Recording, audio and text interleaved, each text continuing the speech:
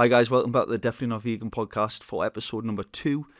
Today we have got Rhys on the podcast with us. Hi. Rhys is head of production here at Fat Cow Skincare, but he didn't join Fat Cow Skincare as production lead, obviously worked his way up. So today we're going to chat all things production, skincare, and the future of Fat Cow. Let's do this. Let us do this. So you've been with Fat Cow for how long now? About 14 months. About 40 months, for just over a year. January last year, yeah. Yeah, and how's the business changed since you started last year? Hopefully for the good, like production-wise anyways. Yeah. There's been a few drawbacks, but, you know, I feel like it's an organic thing is the workspace, so it's we're constantly changing things, constantly wanting to make things better. But from when I first started to now, it's night and day. I reckon if some of the old employees that come back, they wouldn't even know where to start with anything. Yeah, and obviously before Fat Cow Skincare, you are in a totally different job role, weren't you? So I couldn't be more of the other side of the spectrum with it. I literally was just a telecommunications engineer for 12 years, and then 12 years. 12 years outside.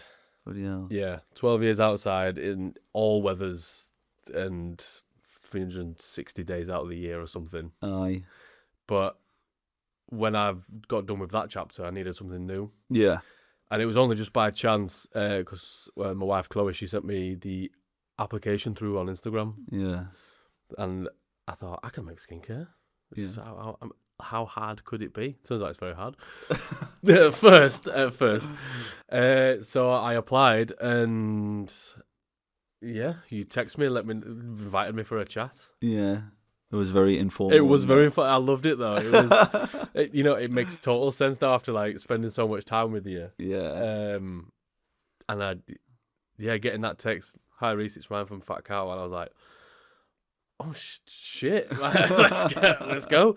And then that was November time. Mm-hmm. I feel Yeah. back end of November, October time. Yeah. So I didn't start till the Jan. So That was right, because I was starting the recruiting process over like towards Christmas, and then started hiring in the new year. And then you came in, and it was great. It was like night and day. I always remember saying to you from the very start, it was great to have someone to come in and just use their own initiative and just pick up jobs straight away. Because obviously being a solo founder and just trying to grow the business from my own kitchen at home to then hiring first members of staff and then getting a unit space, you're learning everything on the fly as you go. So you don't really know what it's like to have really good staff until you start hiring them and they come along. I suppose, yeah. Because like in the early stages, you just needed people willing. Yeah. And somewhat could like learn and then just apply that. But then I think that's when people just stopped. Yeah. Trying to evolve in the job. That's it. There's two different types of staffers, and there's people that actually want to come in and make a difference they want to join a mission and make a difference to whatever the mission of the brand is, or some people just want to come in, do their 9 to 5, check out, go home and forget about it. Phones off at 4:30, yeah, and you can't speak to them until 8 Aye. o'clock the next day. But like we're always doing social stuff outside of work, and even when we're in work, I remember I felt so like super bad when it was like my first couple of weeks. And there were so many changes that I wanted to do, but because I was so new and I just wanted to, I've spoke to Kane about it. My method was just shut up for the first 2 weeks, digest as much as possible, and then start applying slow changes from there. Yeah. And I remember you dropped me a voice note after my first week saying you're happy with this, it's looking good going forward. And then I think I messaged back saying, there's so much I want to do, but I feel so totally out of place. And you were like, and you messaged back, gave us so much confidence because you said everyone's like even level playing field. There's no tier system, as such. And then I just started, I had to think about how I was going to deliver it to the other lads because they've been here longer than me. And there was an age gap, but I didn't want to come in and just put my foot right in it. So I was like, do you not think it'd be better if we did it this way? And they go, oh, yeah. And then I remember when you're going home and you're drawing up the floor plan of the unit and rearranging all the tables and all that. It was so sad when you say it. I love it though. It was great because I remember you like sending us a photo of it. And Yeah. we need to chat about this tomorrow. Because I was trying to explain it to Chloe of like what the unit looked like Yeah. before she'd come in, and she was like, "So what? Like, how big is it?" So I was like, "Paper and pen, let's go." I'm drawing everything from memory. I'm like, "This is where I sit. This is where we go from here. This is what goes over there." I'm like, "But what I really want to do is put this here, that there, and I think this will flow better." Yeah. And I remember sending you pictures, and as soon as I sent it, I was like, "He's gonna think I'm absolutely weird." I mean, I He's gonna think I'm so still weird. do, but Yeah. it's a good kind of weird. Thanks. I think we're all a bit weird. We are all a bit weird in here.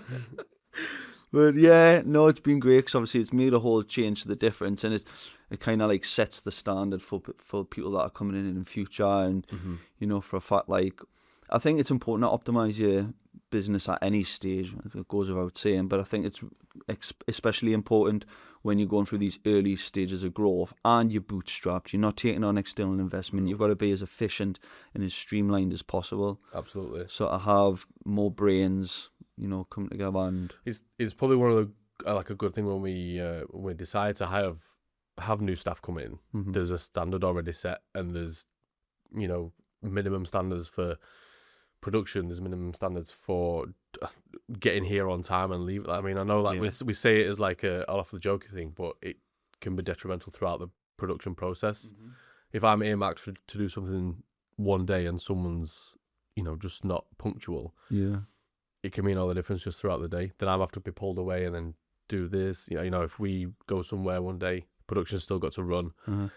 Just gives them a standard to be self-sufficient. Yeah, and that's why we're always trying to optimize the systems we've got in place, and always even down to the things like measuring temperatures of mixes and making sure everything comes out at the right temperature so that it cools down quicker and at a certain time. And then the consistency is all by eyeball and feel. Yeah, but we're adding an extra, what is the temperature for when we prefer it, so that's another guideline to go for. Then going from the weight of the mixture in the jars to everything. Yeah, it's been a bit more fine-tuned. And we're just always collecting data, aren't we? The more data we've got, the more we can fine-tune the process. It's like 40% of my day right now. Yeah. Just collecting data. Collecting data. I've got your journaling now.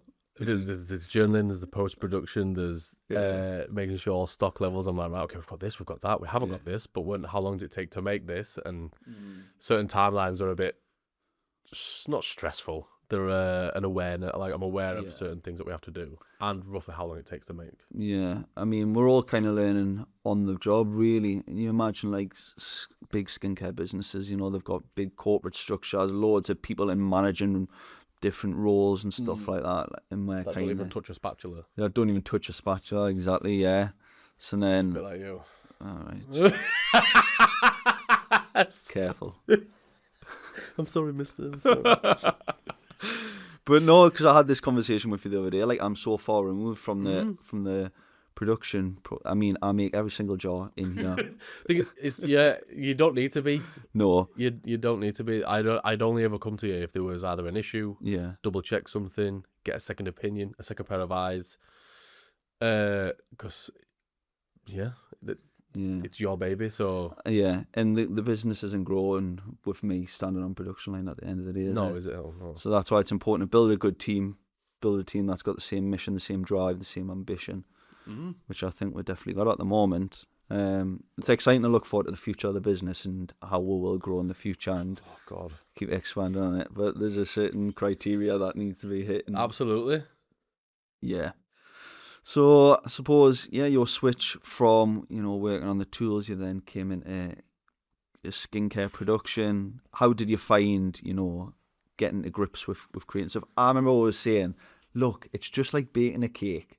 You're just taking a bunch of ingredients, you're putting them together, you're mixing it and you're dispensing it. That was kind of how it was then. Literally, you put that in there, put it in a jar, done. And like, it's so refined now and so like fine-tuned where there's metrics behind them, and which I kind of love. There's a part of it that I do like. I like being, it goes down to efficiency. I like being it's being efficient as possible, and having like minimum amount of waste so we can get the maximum amount of product at the end of the run.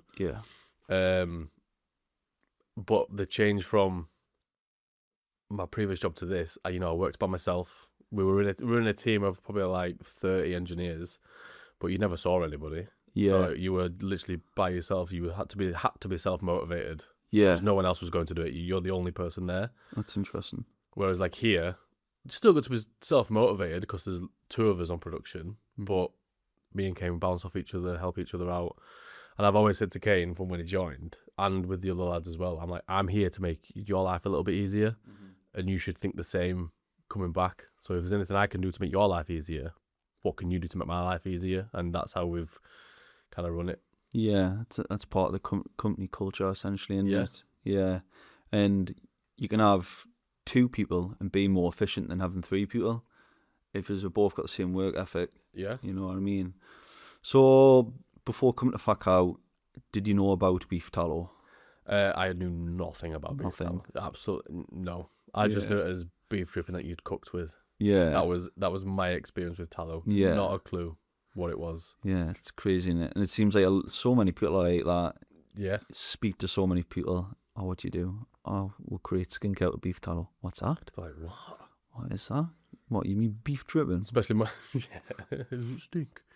Especially more at the market now. Yeah. Now that we got that, you get that instant feedback. You're not waiting on a review on Trustpilot. You're not waiting for a Facebook comment. You're not waiting. It's instant feedback.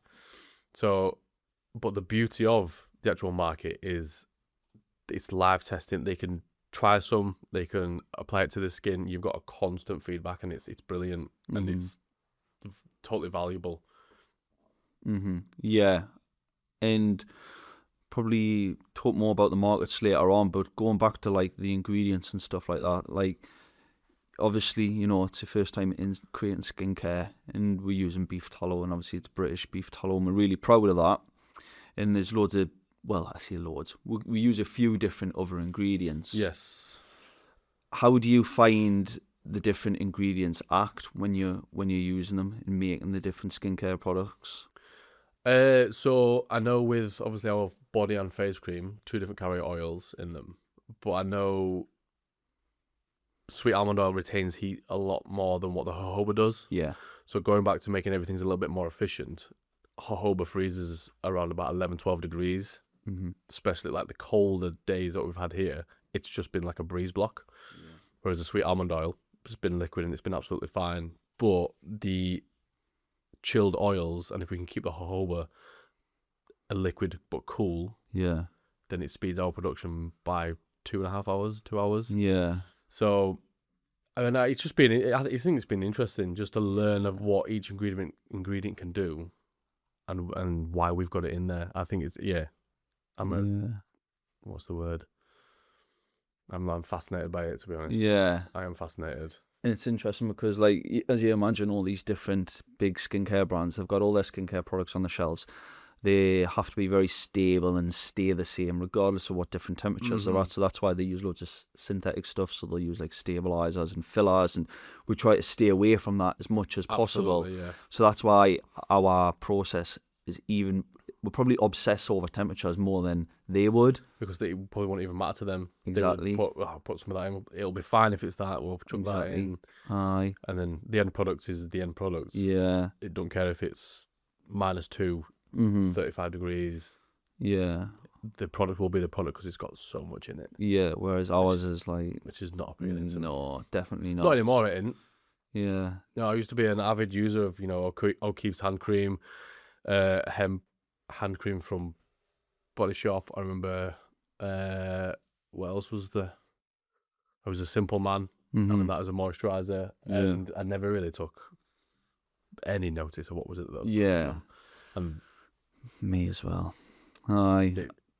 It was just for men. Okay, I'll put it on. Yeah, it's funny, and we've spoke about like the stigma of skincare in men in the past, and how like men are very blasé about it all, and they don't really pay much attention to their skincare routine. And me and you are both. Not that we've got an extensive skincare routine now. My skincare routine to look this good. Why are you laughing? Don't give all your secrets away. No, okay. I'll keep it. I'll give you the minimum. I wash my face with whatever we're experimenting with soap-wise in here. and then I'll put a balm on, or I'll put the citrus face cream on. Mm-hmm. That's me done. Yeah. That's my skincare, and obviously the collagen without. That's an everyday thing. That. I feel like a barrier entry for most blokes is like a hand cream. Mm-hmm. Because if you're a proper geezer, you're probably working with your hands. You know, they're probably battered. Oh, they'll have scars, cuts, fingers missing, Aye. chunks cut out of them. I mean, especially some of my farmer friends as well. Yeah. One of them, my pals, come to the gym and he had loads of electrical tape around his finger with loads of blue roll shoved in it. I'm like, what have you done? He's like, I put a angle grinder through it.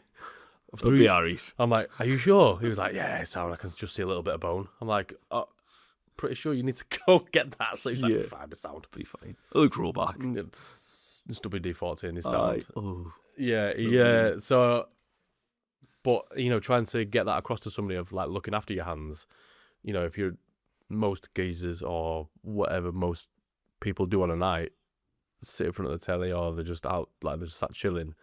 There's no reason why you can't have something on your hands. Bit of moisturiser, yeah. And it does not take long to soak in. I used to always find, because I used to use that O'Keefe's when I was welding, and my hands would get absolutely battered all the time. And I'd put that O'Keefe's on, and yeah, it would feel nice to start with. And it doesn't have any. But it stung. I can't remember. Oh, sorry, that used to sting me. Yeah. I just remember I didn't have any girly smell. Felt proper manly. But then I would put it on. It would only last like 30 seconds because it's just water, really. And then your skin's absorbed it. You've had a bit of relief for a minute or two. Oh, mine used to sting. Did this? Yeah, and then when my hands, so like engineering, you're messing around with cables underground. There's dirt, grime. We used to have to be cautious of Wales disease, sort of from like rat urine. Really? Oh no. Yeah, so there was all that underground. And so when you're pulling cables, putting cables in, your hands are getting covered in claret. I mean, you've got gloves on anyway, but gloves only do so much. And then you'd finish the job and my hands would be screaming. I can imagine. And they'd be swollen that I couldn't even get my wedding ring off. So soaked in rat piss. Yeah. You're drenched in rat piss. Because you don't know if it's there. You don't know. You don't know if it is or isn't there. And you've had so much like sludge, grime, and then some of the cables that we used to work with had grease in them as well. So when you're stripping cables, you'd have like the cable grease all over your hands, and then you'd clean your hands with some chemical, and then I always felt like my hand fingers going boom, boom, boom. I could feel my pulse in my hands. Yeah. Then I put some cream on, and it would sting rotten. Then I went to the steroid creams. Steroid creams. They're brilliant. No, they're not. On a nighttime steroid cream all over my hands, and then that would sting. That would be horrible. And it just used to be rinse and repeat. And I suppose, how do you get out of that vicious loop if you don't know better? You probably go to fatcowskin.com. Exactly. There you go. There's the plug. We can wrap this up there now. There we go. We're done. Let's get out of here. So, what I would have done in those days, I would have just went to Boots or Superdrug. Mm-hmm. I would have looked for the most natural option on the shelves. Probably still got 20, 30 ingredients in it. But we're gonna little vegan leaf on the front. There was I remember doing the exact same. That's when I found the O'Keefe's, and then that didn't work. I always found it really crumbly, the O'Keefe's. Mm-hmm. Super, super crumbly. Or like waxy. Hey, I think we've got some in here somewhere. Yeah, I think we definitely probably in there. Aye. And then I went to... Not that we use it like... I won't even dare. Anyways. Anymore. I'm too much for that. Flawless now. Oh, God, I'm hey, absolutely look, you're a new absolutely man, not. My hands are not bad, but it's the cold's killing them a little bit. We can't grip onto anything at bouldering anymore, can we? No, just slip off everything. Slipping off all the time. But yeah, even like venturing to the body shop and saying, look, I've used this, because you think the body shop, it'd be like you see the vegan, you see the old kind of free chemical, etc. Mm-hmm. You're looking on the back of that, that's still like 20, 30 in there, ingredients. It's mad in this. And I don't have or didn't have, when I started here, like an excessive skincare routine. Mm-hmm. Just got my hands covered in it. Aye. So I wasn't like doing anything special, even to the point where I couldn't even make a fist. And then sometimes, because I used to get it a lot on the knuckles, when I'd be in bed and I sleep like this in bed. and then my hands would like either weep and stick to the bed sheets, and I'd have to pull my hand off like in the morning. Come to work with some pillows stuck to your hand. Yeah, you could sometimes. I had to pick bed sheet out of my fingers and stuff. Like it was horrible. Yeah. Oh, that's nasty. But no, not a thought. No. It's an absolute doddle now. And then you've got something like the Tallow bomb, and it's great 'cause people at the market are coming along and like, you know, Is this all right? What's this? aye. Do you have anything? And there's so many people now with the markets explaining about hands, Mm-hmm. and it's more the women doing it for the boyfriend that stood behind them. Right. Which is going back to the stigma thing. He doesn't want to come up and Aye. ask for anything for his hands. You get the odd one, but he's normally like in his late 30s, 40s. Aye. But the young working hand man. None of that skincare, like. Hey, what's that? Just give me some, give me some actual grease. You know, just use a bit of floor cleaner. Nah. But I found that last week. I found that more often than not, it was a girlfriend asking for the boyfriend behind. Yeah. And that's a beautiful thing about the markets. Like, you're just getting that interaction there and then. Yep. You know, like you say, you're not waiting for a review online or an email back. You can chat to people in real time and find out what their issues are and suggest a solution for them. But we'll probably end up doing, well, we're definitely going to expand on the market stuff. Yous have done it quite a few times now. You know, started on the Saturdays, moved to the Sundays. Mm-hmm. What's the experience being like on the markets? It's a long day. Right. But it's worth it with the interactions. You know, we're getting people from that are in their 60s, I dare say 70s, all the way down to, you know, mothers asking about it instead of using it for nappy cream. And, you know, and you mentioned the benefits of using the balm or any uncertain body or face instead of a nappy cream, and using it for cradle cap as well. Yeah. You know, being a parent myself, I know 2 kids that have suffered from it. Not massively where it's taken over the entire of the scalp, but it definitely was there. Yeah. And then I, you know, tested on babies when I've done it on my own children. Yeah. And it's been absolutely brilliant for them. So being able to share that face to face has been brilliant. I feel like I'm related to a lot of people at the markets, being a parent and having bad hands. Yeah. And that's the beautiful thing about the products. They're all very versatile. Mm-hmm. They've got different uses. And like, I know we'll call the body cream, face cream, the face cream, but you can use them either way, and you can use them for everything in between. Like you say, kids, babies using it for cradle cap. Because I remember when my 2 were young, and so they used to get sometimes like a bad nappy rash, and we'd use a yellow cream called Metanium, and it was this horrible, like, to be fair to it, it worked, but it was not pleasant to put on, and it stained your clothes if you got it on your clothes. Really? Yeah, so it stains your clothes if you get it on your clothes. What the hell's in that? But you put like a light layer, and it'll get rid of the rash, but it just didn't feel like it just didn't feel That sounds like a steroid cream. Probably is. Aye. But yeah, it's it worked wonders, but it was something you can't use all the time. So that's what I used to use. Like, I used to use hydrocortisone when I was little, yeah. And I used to scratch the backs of my legs and the insides of my arms until it was like bleeding, raw, and then I'd scratch some more. And it feels good, doesn't it? Oh, it felt good. Feels good, a bit of a relief when you're like. It felt good. Like, oh God, arms are, bleeding red, suffer for the next 2 weeks. I remember me mum taking us to the doctor. I was getting the hydrocortisone, and we used to just lather it on, and the relief you'd get off of it was nice, and it would end up getting rid of all the long term though. But long term, your skin's just so thin, and then as soon as you do start scratching again, it takes half the amount of itching to trigger it. Oh, and then you're there 4 days deep, itching your arm, and you're stuck in a cycle of just scratching and scratching and scratching. Like, oh God, I know, and it's awful, especially when you're a little kid, because you don't really have much self-control. Oh, no. There was I mean, I love it, the fact that little kids can use it, and it's not just like aimed for adults. Yeah. You know, even my little girl's taken a little pot of 10ml to school, because the soap that they use at school has been drying kids' hands out, and all over I've seen it all over the knuckles, like down here, all in between the fingers. So I give a little tin to the little one. I'm like, give that to so and so. She's like, okay. And then I get a message off a parent, and like, it's brilliant. I'm like, go to Fat Cow Skincare, buy Rhys 15. Rhys 15. Rhys 15 for discount. Make sure you take a note of that. But yeah, it's good. Like, I want to help. So it's like, Yeah. and this helps. Yeah. So why would I not share it? Aye. It'd be great to be able to get into the schools, like, and, you know, it's a great idea. Like, parents should be giving the kids natural alternatives and telling them to take it to school. And if you go into the toilet and washing your hands after you've been in the loo, But the Tom. then use the soap to wash your hands. Yep. Just have a little off-cut of soap. Yep. And have a little tin of cream. Cream your hands Little up. bob in there. Once you've been playing out in the playground and you come back in, you know, put a bit of balm on. When I meet my kid's new head teacher, I'm going to speak to him about it. Yeah. Oh yeah. I'm going to speak to him. We get along, so I'd love that. Like, I'd love to get into the schools. just to help out. Like, Yeah. I wouldn't do the face cream, sweet almond oil. Sweet almond oil, yeah. I wouldn't do that. But Unscented body cream's going to be the safest option. So, unscented body cream and unscented soap. exactly. That was Bosh. my combo I was going to go in with. That's all you need, isn't it?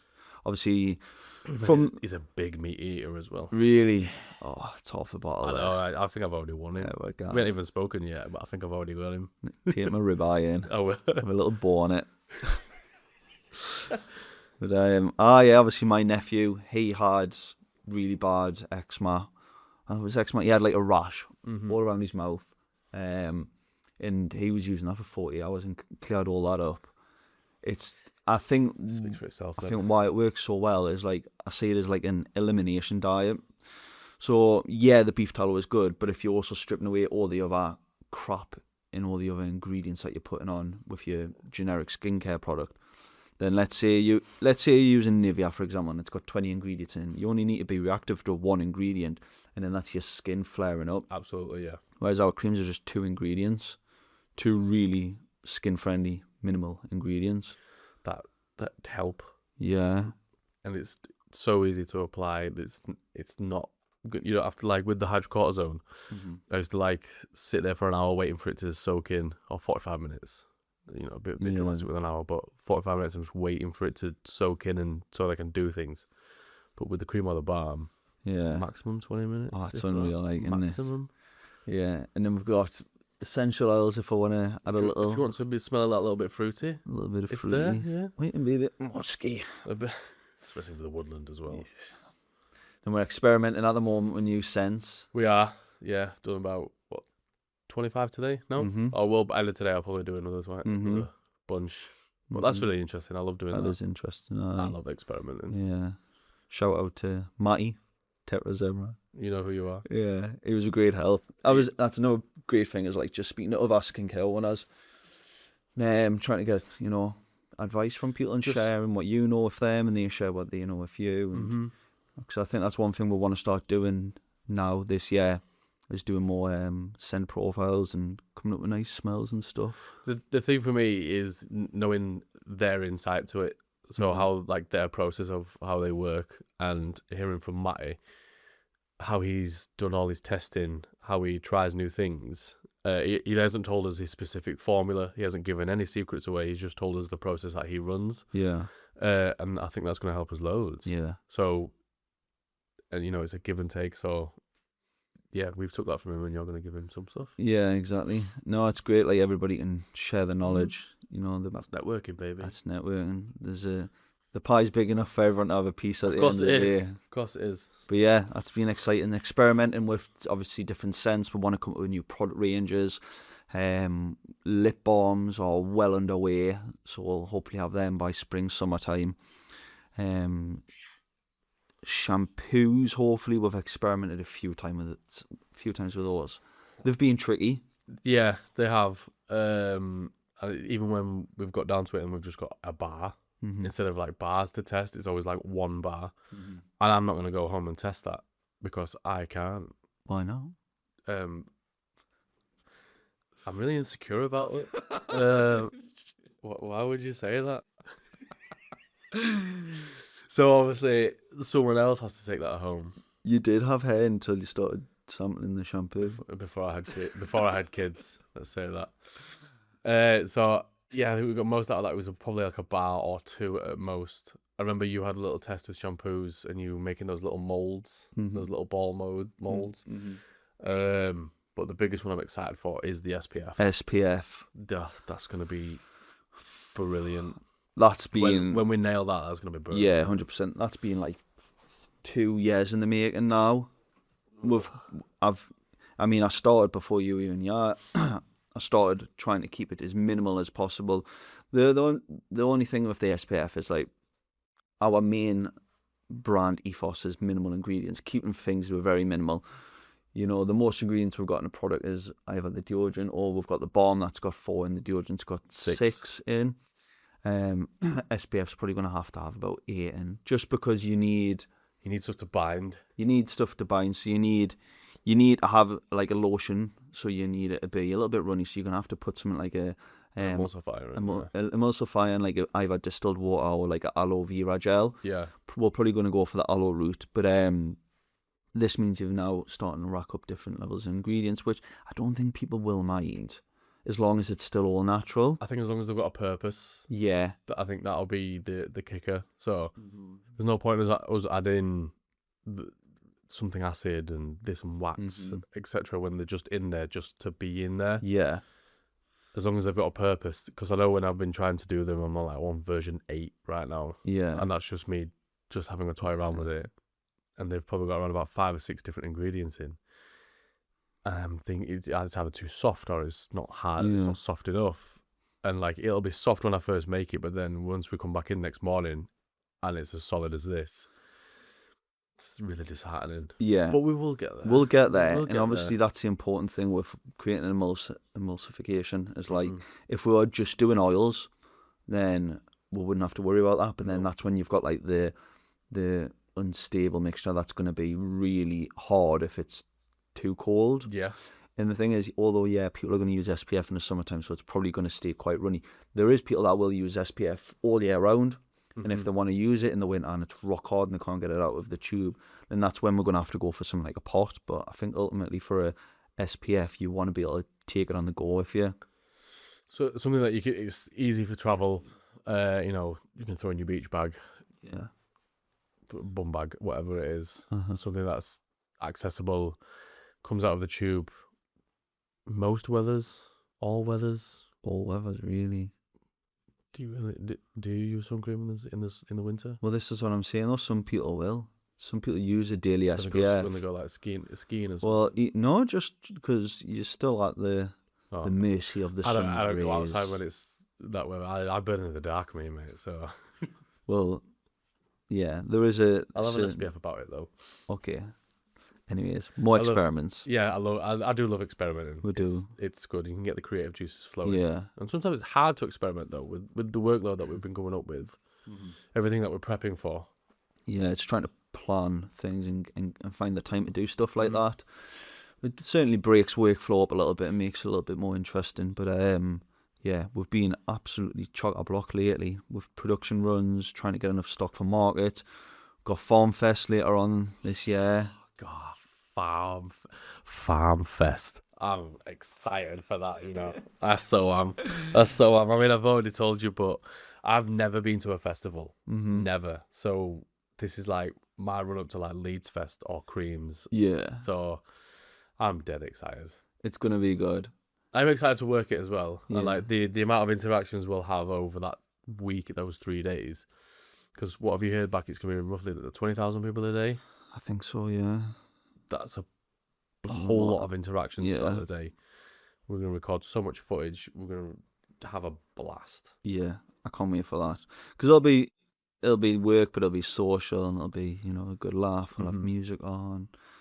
Good vibes. Man. Good vibes. Good vibes. I so can't wait, mate. Yeah. So that's why we've been doing the time off markets, obviously, is to try and get a little bit of training in, Yeah, market experience, face-to-face experience, customer-facing experience. Dealing with nice people, awkward people, silly people. Yeah. All the people. I mean, we did have some training when Liv's dad turned up. Yeah. That was a bit intense. That was a very intense moment. Was I? Yeah, I didn't like that. I thought she was going to get us into a fight at the end. The angry vegan. Yeah. Oh, God. And she was like, oi, enough. I was like, shut up. Shut up. Ryan. Oh, God's sake. Oh, God.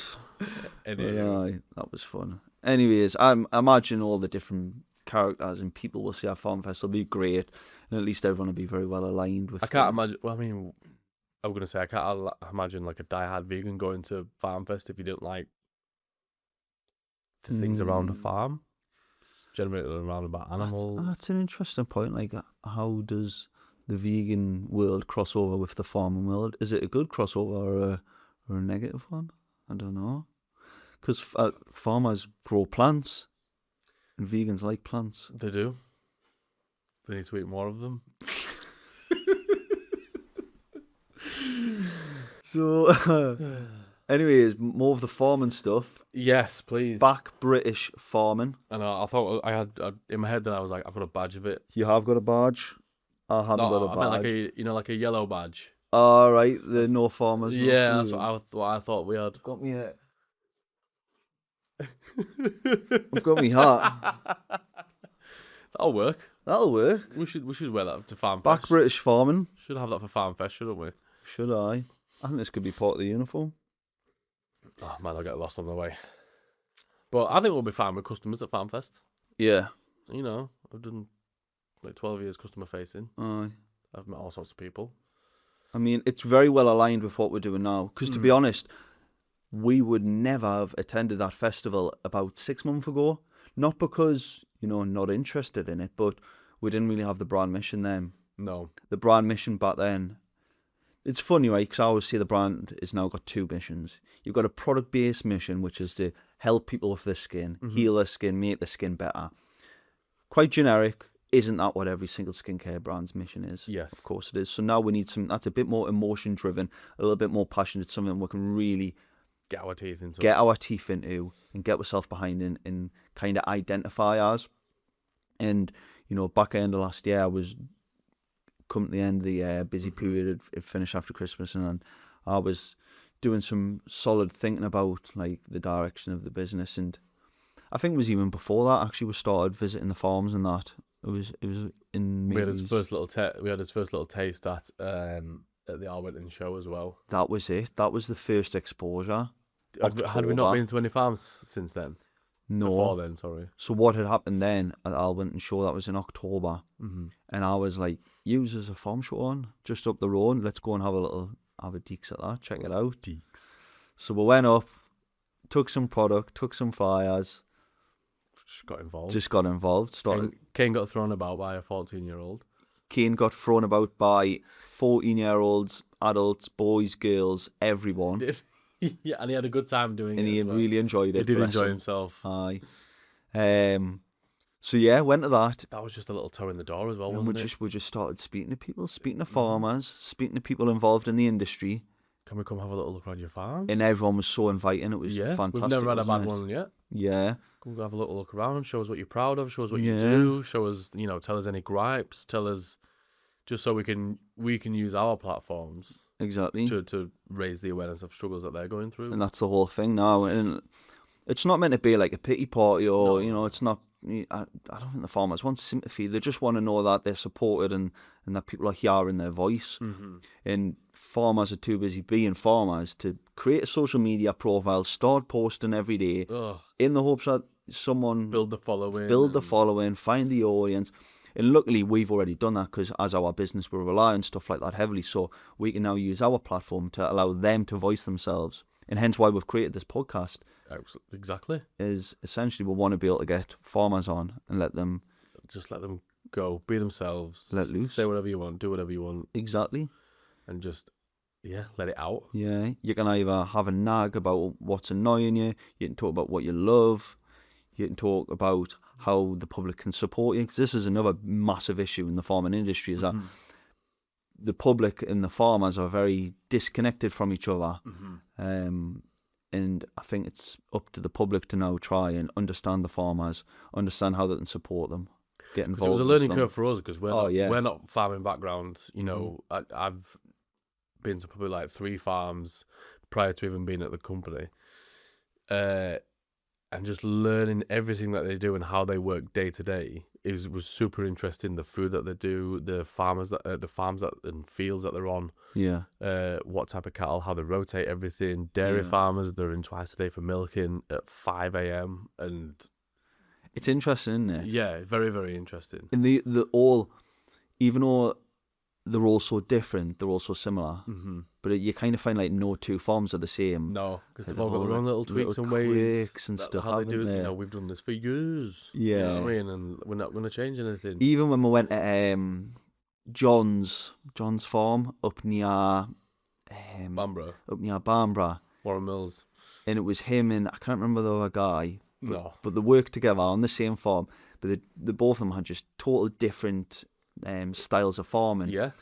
One of them was Preferred methods. One of them had preferred. Yeah, one of them was all into regenerative and all this sort of progressive stuff. One of them was very traditional and didn't understand it. But even though the total conflict in ideas, they just worked together so naturally. Yeah. So it was really interesting to start learning about the farming industry, and because as outsiders, it is hard to get your foot in there. I think a lot of them have probably got, a bit of they've got barriers up, they've got walls up because it's probably important that they do protect themselves, because you get extreme activists and stuff like that who try to get into their world to expose them, whereas we just want to get into their world to learn about them, support them, and help in any way we can. And just to like expose any gripes and let them have a voice. Yeah. Someone as John who's up at Warren Mills, to reach like 70,000 people, Yeah. it'd take him a very, very long time to do. Exactly. So what did we just gained a bit of knowledge. Look at Blagdon Farm. We went there, spoke to Fraser, now got great relationship with them. Yeah. Created a bit of content about their mobile milk machine. I think it's Unreal. I think it's on 20,000 views or something now. I should have brought the bottle in. Yeah. Just... Imagine that's great exposure for them. Yeah. It's not really cost us anything. It's just cost us some time out of our day, and in return, we've been able to help support a local farm and bring them customers. They helped me and Kane go and have a little dip in the cow trough. Aye. That was an experience. Yeah. And then Fraser lets me go up and maybe record a bit of content on the farm, and I need to have like a backdrop of the farm or whatever. And it's all just about supporting and helping each other. And we got to cuddle some cows over there. Some cows. What a fantastic day! I know. Pretty sure I lipsed one as well. That was a bit odd. It's fine. Kane lost his drone. Yeah. And then you found it. He was almost in tears. He was. And I think you were close to it as well. Back to the British farming, man. It feels nice to have a proper mission now, and feels like it's... And I get good feedback from it as well. So even when I'm going about my weekend life, I bump into other parents, other mums, because I'll just chat to anybody, and Chloe calls me a social butterfly for a reason. And I'll tell them what we're doing at work or what I actually do for a job, and they're so befuddled by it that they haven't got a clue it even existed, or they've heard about it, and then as soon as when I've spoken to them the first time, the second time it's been all over their algorithm, and it's coming across them a little bit more. Aye. And I say, well, it's not just the skincare we're doing, we're trying to raise awareness for British farmers. All the problems that they've had, and we've been to farm visits, met some incredible people. We're doing this show, we're doing the farm festival, we're doing the cereals festival the 3 week after or 2 week after. About 2 or 3 weeks after, yeah. And I'm like, it's opening so many doors for us to get some exposure for them. Yeah.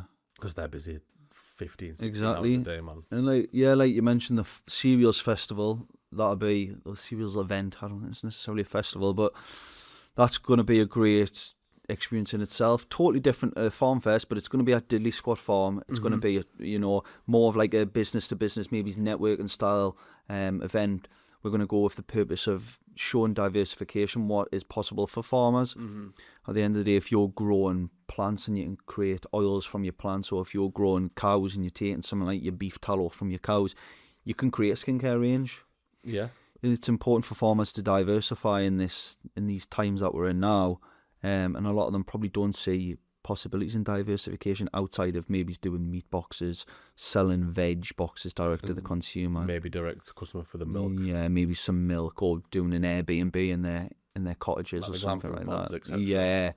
They're so busy being farmers to to jump through the hoops and everything. Aye. But they've probably got no spare time to diversify, so that'll be Aye. a very good one.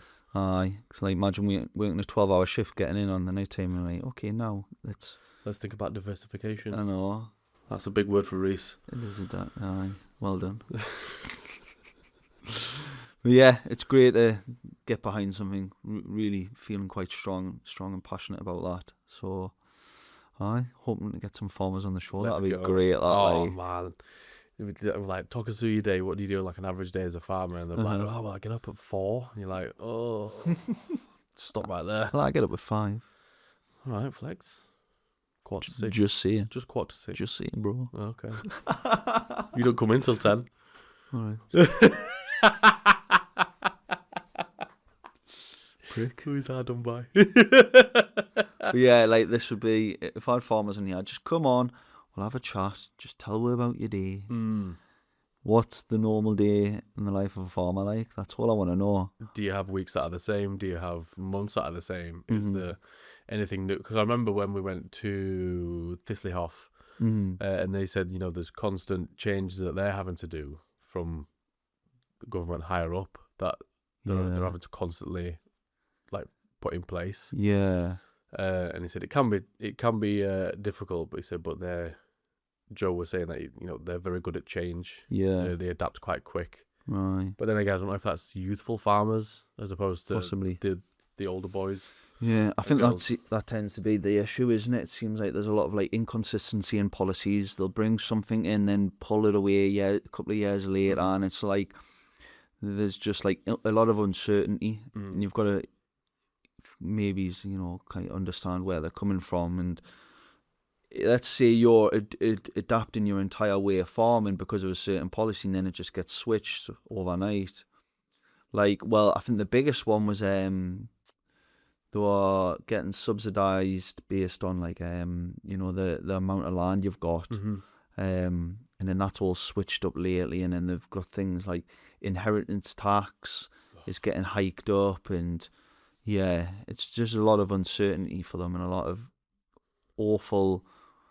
I don't want to say awful, but tough times for them at the moment. So we've been trying to support them. We've been going down to You and Kay went to a protest. Me and didn't Kay you? went to the protest in Newcastle. Yeah, First protest. What was it like? show a little bit of support. I imagine it was very mild. Pitchforks and nah, it wasn't. It was very Windows being smashed. Nah, it wasn't at all. It was literally the tractors were coming through, making some noise. I think stuff like that is more just about making noise. Is like being noticed. You see all these tractors coming through the centre of Newcastle, and the horns are going off, banners are waving, and it's going to make the public stop and be like, "What's that all about?" And then you have a conversation, you start speaking to people, you start to learn what's going on, and that awareness is being raised. Aye. And then you look at London, the bigger ones tend to happen like down in London and that. And, God, that was a big one. We had it on live in here, and there was traffic jams all over the centre of London. Aye. But you want to be able to help them and support them as much as you can. But as the public, what do you do? I mean, there's always the go-to of buy local, and stay away from the supermarkets. I dare say, if you can get everything at your local farm shop, get everything from your local farm shop. Yeah. I remember speaking to Ollie when we were at the protest. I don't think I've met Ollie, have I? No, but I spoke to him briefly, and I just said, like, there's actually a video on my feed of the brief interview I had with him, and it was just like, what do the public do? And he said, speak to your local MP, which I thought was a great bit of advice. It's like, if you're reaching out to your local MP, because, I can't reach up to Starman and say, how, mate? No. Give it a rest, pal. But stop what you're doing. But I can quite get in touch with my local MP and put a good email in it. Put a good word in. So I think if a lot of people were doing that, then there's more chance of like it being raised further up. Being raised further up, essentially. More attention is being raised when they go back, down to the commons. Aye. So essentially, buy local, speak to your local MP, buy from your farm shops. If you don't know where your farm shops are, there's websites there is like a website. Produce and Provide. That's it. It's just Neil from Produce and Provide. He's going to be at Farm Fest. Is he? It'll be great to meet him. I'm so looking forward to Farm Fest. It's going to be sick. we're gonna make so many new connections there as well. Yeah. Like farms all over the UK, man. So yeah, produce and provide. You can go on to, I think it's produceandprovideuk.com. I might be wrong, but I'd Google it. You can go on there. You can put your postcode in. It'll show you all the local places you can buy meat, dairy, whatever from. Where bread. even we're listed on there. Maybe. Yeah. Are we listed on We're there? listed on there. Oh, flex. Flex. I like that. I'm just flexing on stuff. Yeah. I mean, it's hard not to do when it's you. But I mean, going back to FarmFest, Big Jez is going to be there. He is. And I think he's done in the last 4 years more for putting it in in the public eye than 100%. what's been happening previously. And it's great because if you look at someone like Jeremy Clarkson, you know, he's been obliged to create a TV series, and he's wanted to do something that he's, you know, got an interest in, and he's interested in farming. He knew he wanted to do more for the farming industry. He already, you know, all the people that are on the show are not paid actors. No, they all just worked there. They're all people that just work there. And I did see an interview. I think it was either with like a producer or with something close to the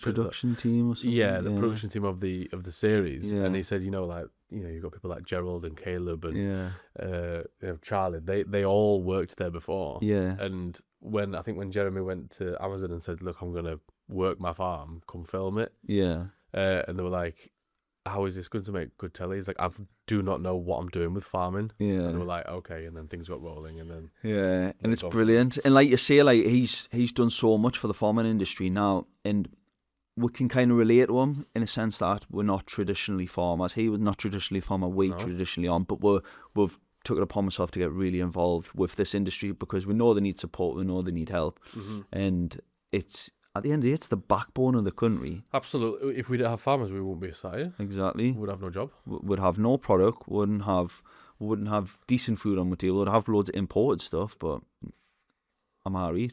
Yeah, Pass. same. I'll grow my own thing. Yeah, like when we've got great lamb in this country, and then the fly stuff in from New Zealand, other side of the world. It's not needed. Just Even though doesn't make it's good, and I've heard reports like this, all the beef and lamb coming from New Zealand, like it's good quality, but we just don't need it. We've got enough in the UK. There's no point for us to have it imported over.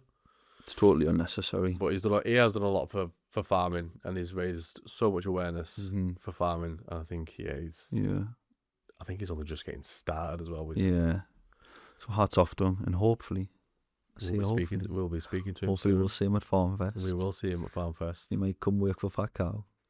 And you know what? I'll teach him how to make a cream. I'll teach him how to make a balm. You could do that.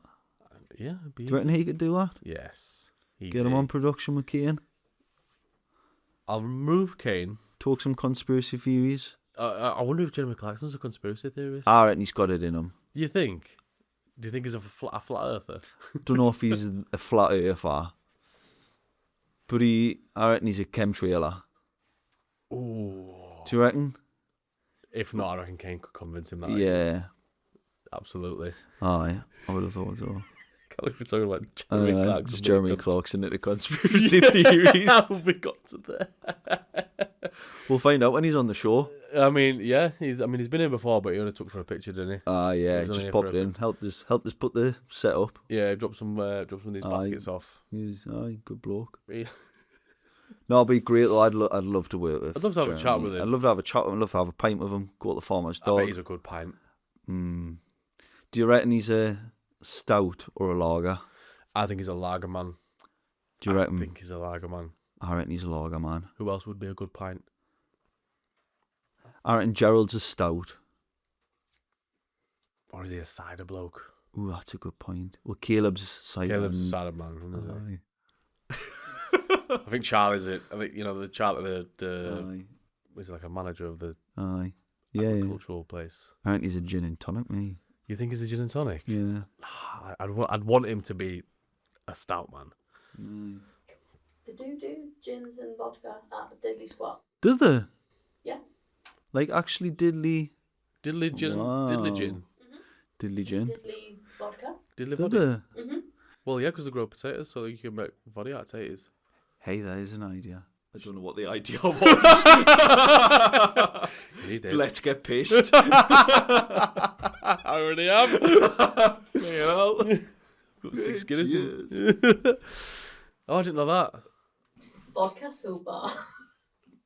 Does that work? What would be the benefit of it? Vodka soap bar. It can't work. I don't think it would. I don't think it would. We're not about to find out. We're not going to find out. That's a lot of No. vodka that I need to use. Yeah, We've already spent enough on ale. true. Anyways, finally, let's talk about the future of Fat Cow Skincare. Okay. Where do we see it in the next 5 years? I see us... That's had a good expansion. Mm-hmm. Different building, I think. Mm-hmm. I think we need the room. I need my own office. I know that. You know, I've not mentioned it before. What do you need? Carry on. You asked me 5 years. Yeah, sorry. This is your moment. Yeah, thank you. I'm allowed one a day. Yeah, I think another building. You know, the production's probably got like 4 members of staff, 5 members of staff on production. Right. Instead of being like a few thousand jars a week, it'll be, you know, in the tens, Mm-hmm. maybe just under the tens a week. Right. A lot more collaborations with farms, a lot more festivals, a lot more shows actually, not festivals, but more of the shows. Yeah. And I think I've spoken to you before about maybe a flirtation with the US, maybe, Mm-hmm. but it's not a deal breaker. Yeah. I think we're just so focused on the British UK farming stuff side now. and the UK stuff now. It's just like we just want to keep expanding on that. And I always look at like expansion into new markets as like, yeah, great, you're acquiring new customers and you're exposing yourself to more people and you're driving more revenue, but you kind of forget about your bread and butter. So I think I'm so passionate about the Back British farming movement now that I just want to make that what we're everything and just keep on pushing. And there's always going to be more like customers to find, more customer groups, Yeah. put it that way. Or demographics, More maybe. demographics or more customer interest. So essentially with Back British farming, we can expose ourselves to like a wider, customer type. I'd love to be able to like help those farmers that have a byproduct of their farm, no matter what it is, Yeah. and make use of it. So goes back to them diversifying, but being able to just, you know, we can go there for a day or two, and they'd say we've got this, we've got that, and we've got that. We've got nothing to do it with, Yeah. and we don't have the time to think about it. We would go away and be like, right, they could do this, and they'll give them the options and see what's the most appealing for them. I think Yeah. that'd be really cool to do. We did flirt with that idea at the very start. Actually, I remember when we went to see Rachel, we spoke to Rachel and said, like, look, if she had her own little bit of garden where she was growing, well, she had bees, honey, beeswax, she had different vegetables and stuff. And I was thinking it'd be great to be able to incorporate all those into a skincare product. So, if the scale was big enough, it'd be great to work with like big farms that are producing a lot of byproduct, whether it be from whatever it is. Wildflowers, oats, anything. Spinach, just anything that can because you can dehydrate a lot of stuff Oh yeah. and it can go straight into the Straight soap. to a soap, go into for an exfoliant. It could be used for anything. Yeah, I think a lot more collaborations where it helps them diversify, get an extra income out of their farm shop or their farm. Yeah, I think that's because that's the thing. Like, we are helping, we're showing that we want to support the British farmers, but I think there's going to have to be a point where we're doing more than just creating content and shouting from the rooftops, come by local. come by local. I really, really want to get fully involved, and you can't just muscle your way into it. You've got to have the farmers willing to work with you as well. So again, this is where the networking with the farmers and stuff can really help. And if we can get big enough quantities of whatever byproduct it is, then we can start exploring these different skincare ranges. That's why I think it's good experimenting, because once they come to us with the idea, we've already got that in the catalogue. Yeah, That we can put a little flair onto it and make it theirs. exactly. Right. Well, I think we'll wrap this one up. Okay, Episode number 2. done. Take 2. Take 2, yeah. We've had this conversation twice. Well, thank you very much for watching episode number 2. As we've said in this episode and the episode before, we really want to work with farmers. So if you're a farmer local to us and you want to come on the show, you can use this as a platform to let loose, talk about your thoughts, whether it's talking about day-to-day life, talking about any concerns you've got in the industry. Use this platform to promote your products. Butchers as well. Butchers, yeah, I that's a think good butchers would point. be a great insight. Yeah. So if you know anybody, You give 'em this. watching, yeah. Okay, guys, thank you very much for watching. We're going to try and do one of these every week, but we're just We'll testing see. the waters right Yes. now. Yeah. Okay. Thanks a lot, guys.